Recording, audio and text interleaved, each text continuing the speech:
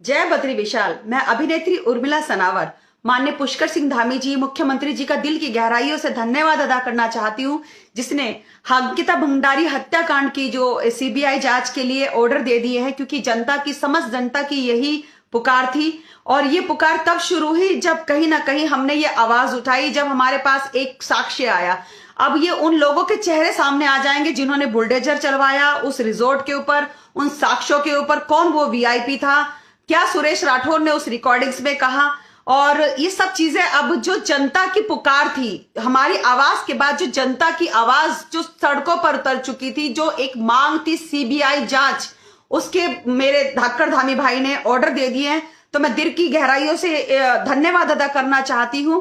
और उन जो मुखौटे जो चेहरे पर लगाकर ऐसे अपराधी घूम रहे हैं इतने साल से, वो सबके जो चेहरे हैं वो सबके नकाबपोश होंगे, सबके चेहरे सबके सामने आएंगे जो हिडन तरीके से घूम रहे हैं।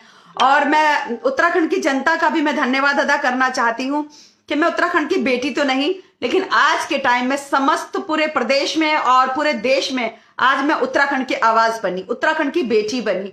और मुझे कहीं ना कहीं लोग कह रहे हैं कि मैं अंकिता भंडारी हूं, मैं उसकी आत्मा मेरे अंदर आ गई। मुझे नहीं पता कि क्या है क्या नहीं है।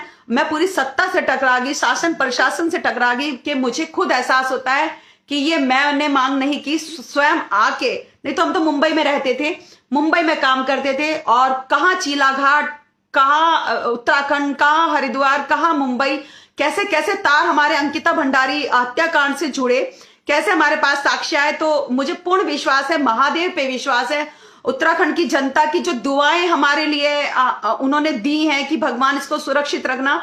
और मैं अभी भी ईश्वर महादेव से यही करती हूँ कि मैं जो कल मैंने एसआईटी जांच में पूर्ण सहयोग किया, और हमें कल पूरा एहसास हो गया था कि माननीय मुख्यमंत्री ये पुष्कर धामी जी, इसकी जो एसआईटी जांच की जो रिपोर्ट जाएगी, इसके बाद वो सीबीआई जांच करेंगे। उनके माँ बाप की भी यही मांग थी। और क्योंकि ये जो जांच है इतने घंटों चली, इतनी बारीकी से चली कि खाली एक रिकॉर्डिंग के आधार पर वो सीबीआई जांच नहीं कर सकते थे, लेकिन बहुत सारी चीजें जब उन्होंने बातों में से बातें पूछी निकाल निकाल के, तो कहीं ना कहीं उन्हें ऐसा लगा कि कोई एक ऐसा अपराधी है जो बच रहा है। क्यों उस रात बुलडोजर चलवाया आरती गौड़ ने, क्यों सारी चीजें, कहीं ना कहीं उन्होंने सुरेश राठौर की जो 48 मिनट की पूरी रिकॉर्डिंग भी सुनी है, तो उसमें उनको लगा कि सुरेश राठौर भी शायद कहीं ना कहीं सच्चाई बोल रहा है कि कोई वीआईपी तो था उस रात जो अंकिता भंडारी हत्याकांड में शामिल था। तो बस मैं यही कहना चाहती हूँ, सभी जो उत्तराखंड की जनता है, ये हमारी आवाज के साथ उत्तराखंड की जनता की आवाज बनी। और आपने हमें पता नहीं, सब बोलते हैं कि अंकिता की आत्मा है, हम भी यही महसूस करते, हम सारी रात नहीं सो पाते।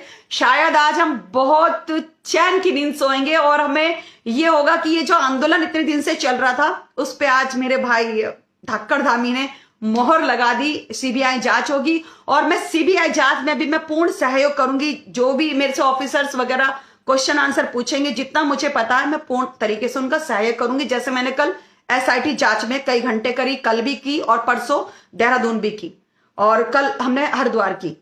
जय बद्री विशाल।